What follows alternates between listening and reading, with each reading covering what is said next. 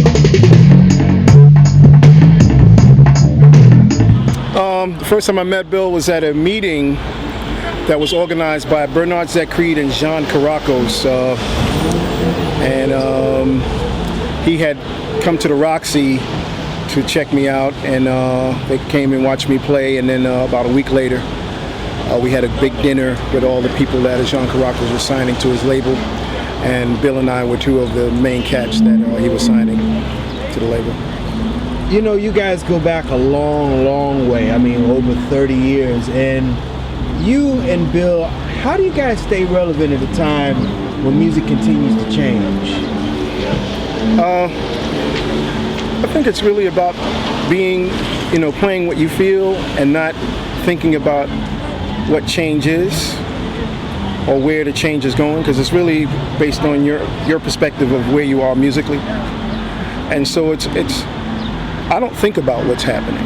I think about what I'm doing and what I feel, and so my expression is genuine. It's not tainted by trying to fit into a particular fad musically or pseudo genre, you know what I mean? And so I think because we played a major role in changing music and having effect on where music has made these certain changes, and that's from being centered as far as your creativity. So I don't follow it. I try to just, I'm not sure how to explain that really. Like, I mean, change is good, and change is necessary, and it's inevitable actually. And so I think when we focus on, when one focuses on who they are and where they are creatively, that keeps them in tune or keeps them in a place where they can stay creative without being affected by outside influences. I'm not sure. That's a very difficult question to ask, because you can't help to be affected by things that happen around you. And so, but if you're centered enough, you can always apply you to what it is. That sounds better. Bill has a way of knowing. He plans, and I mean, and he plans intensely before he approaches. It appears that way to me, that he walks in the studio knowing exactly what it is he wants to do. And so he thinks it through, not even necessarily playing it through first. It appears that he thinks it through first, and it's in his head. So by the time he walks in the studio, he's very clear on how he's going to approach what he does. And he's more of a musical thinker. He appears that way. He thinks things through. And he never takes his instrument home. That's why I say that. And so he shows up at the studio and he plays. And he's very clear on what it is that he's looking for. Musically, melodically, rhythmically, sonically, conceptually. He's very clear. That's what makes him different. Grand Mixer DXT's upstairs. You guys go back to really Herbie Hancock, maybe even before that, yeah. Celluloid. Yeah. Well, celluloid time, Jean Caracos. It was a French Algerian called Bernard Zechried. Zechried was very important in France, became the head of Canal Plus and Actuel magazine, and he was the one who connected hip-hop, or the beginnings of hip-hop, with Europe. And he's the guy who brought DST and BAM and all those guys into one place, and we all met. And I was coming from, at that time, a very different background, but I could put together music for them, so that's how we all met. And, when Bambaataa called me to do Herbie's thing, it wasn't for DST, it was for other guys, and WizKid. And WizKid, I called him, I said, I want to do this track, it's for a jazz guy. I didn't tell him it was. He said, well, I'm going into the Army. I got to go to Seattle or whatever. It made no sense. He said, I'll give you my protege. His name is Cheese. And it turned out that Cheese was great, DJ. But I didn't know that. I said, well, Cheese, I don't know if I can go to Hollywood and say, these big money people, and say, well, Cheese is going to be on your record. So I said, what about, I called Bam back, and I said, what about DST? I know him. So he said, yeah, he's cool. So he kind of advised me on it. And then I just called DST and said, come. And we did it in like 2 minutes. So. You know, that record really kind of, and then also Herbie, you and I think MTV kind of put the medium in a whole nother medium. Because he had the video. Yeah. Yeah. That's what a lot of jazz-related artists, I think, wanted, including Miles, wanted at that time. And Herbie, he was lucky. Herbie's lucky. He gets, about every 10 years, he had Chameleon, then he had, Rocket, and then before that, Maiden Voyage, or whatever. About every 10 years, he has this huge thing. He's one of those guys that bullets go past him. It's lucky. So.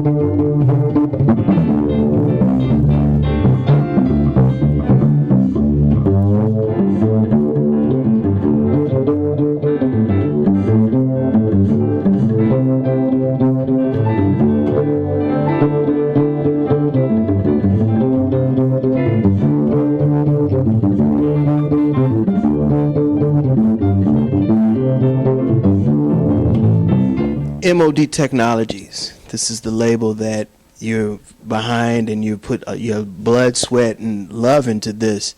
Tell me why you decided to start this. And you have a great cadre of artists that are on this label.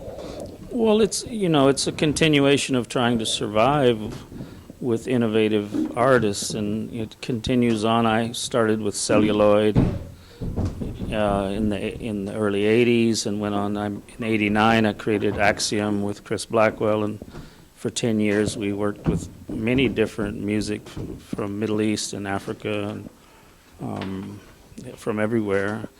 And then this is just a continuation of that. You bring Lee Scratch Perry, you bring Bernie Worrell, and you hope for new people. But overall, it's an expression of music that comes more from a intuitive or a spiritual base, not a technical base, and just continuing with artists that have value. I hope. So. What is it that you're looking for as far as talent for MOD Technologies, this label? No, I'm just nothing. Just try to continue. Continue for me is key. Nothing new to invent. It's all been done. We just got to keep making different hybrids and try to expose new things. I've been in Ethiopia. There's a lot of young musicians, new musicians. I think they should be heard. I'm seeing that a little bit in Morocco. Trying to encourage it everywhere. So we just do it it's a struggle, you know, because it's not in line with all of what people call as profitable or entertain. We're not doing entertainment business, but just try to keep finding interesting things from different places.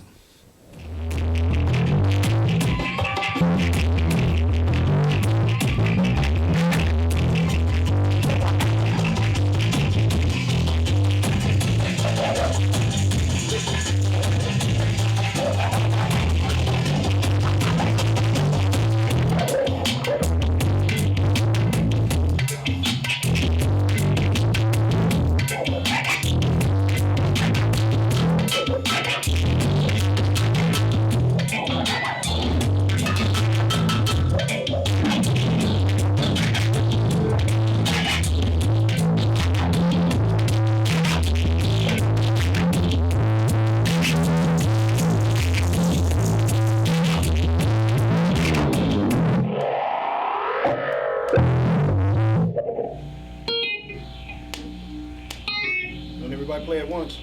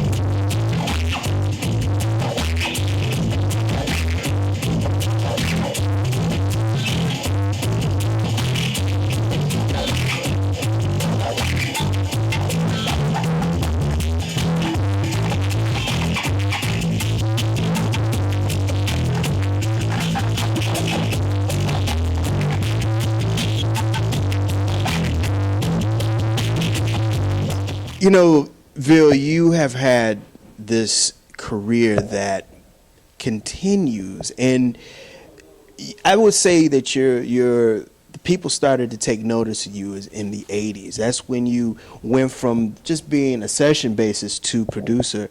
Tell me, how did that creep into your musical existence? Well, you know, I didn't have any goal to be a producer or to be running things or have studios. I had no interest in that. I sort of wanted to play with people that I was interested in. But in recording, I found I couldn't hear myself correctly. I didn't find it was right, and I gravitated toward putting studios together, and I started to get connections with people that were known. And the turning point, I guess, was working with people like Brian Eno, and then around 1983, I had the opportunity to work with Herbie Hancock and put together tracks that were kind of different for him, unique for him, and those were successful commercially, and that attracted a lot of people, including Miles Davis and everyone. And then it was kind of, now I'm a producer, but it wasn't meant to be that. I don't mind just playing and putting people together and doing things. I never wanted to be an executive or a producer or a record company. It just comes out of necessity, which is the raw necessity. It's got to be. So. You know, Bill, I'm going to ask you a couple of questions about some of your very fruitful partnerships and collaborations. The first one is African Bambaataa and Johnny Rotten. Now, that is like two musical. Yeah. Well, that you know, that came from Bambaataa. I mean, I clearly remember the phone call. It was, I want to make a hip hop record with a metal guy. Do you know Def Leppard? And I said, no, I honestly, I don't know Def Leppard. He said, who do you know that's metal? I said, oh, I'm not that, I'm into it, but I'm not that familiar with a lot of metal people. But I know, I just met Johnny Rotten, you know, from the Sex Pistols, and his reaction was, oh, that's cool. So we just quickly did that. So it was coming from him. Did you ever in a million years fast forward a couple of years to like Run DMC and Aerosmith, and then later Body Count and Ice-T. They were kind of doing what you were doing. Very similar, yeah. But it's good. It's mixing, and it's everywhere now, of course. But that was the fundamental. That was the foundation of it. But we were all listening to rock. Bambaataa was listening to a lot of rock stuff. That's why he asked about Def Leppard. He was listening to metal and everything. The other one I want to ask you about is Mick Jagger. And what I find interesting about this is that, if I understand this correctly, Mick lets you have full reign on the musicians that you brought in for this record. Yeah, pretty much. Yeah. So, I mean, I did that out of curiosity, and when I got the call, I was not a fan of the Rolling Stones. I didn't even know much about them. But I thought, this is a big thing, and I'm curious about big things. How does it work? Where's the integrity, and is there any music, and why is it so big? So I was curious, and I went to Compass Point with DST, who was upstairs. We went together, and it was like a joke, We just went and talked to the guy. I said, well, that'll never happen. And then he called me back and said, when do we start? And who do you want to work with? And I had just met Sly and Robbie, so I said, well, I like to work with Sly and Robbie, and Jeff Beck's pretty good. So, let's start like that. So. That'll do it again for another edition of the Pace Report, reporting live here at the Stone here in New York City. I'd like to personally thank the legendary Bill Laswell for his time, as well as the staff and management here at the Stone. As always, please visit my website, www.thepacereport.com, for my weekly column as well as my past segments. Until next time, remember, if it's in the groove, it'll make you move. Till next time, peace.